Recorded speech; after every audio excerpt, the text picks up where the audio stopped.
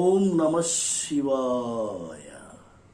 హర హర మహాదేవ శంభో శంకర.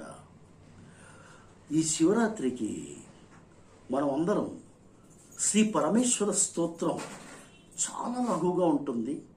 అది వశిష్ఠకృతం. అది చదువుకున్నా, అలా చదువుతూ శివుడికి అభిషేకం చేసిన, స్మరించిన ఎంతో విశేషమైన పుణ్యం.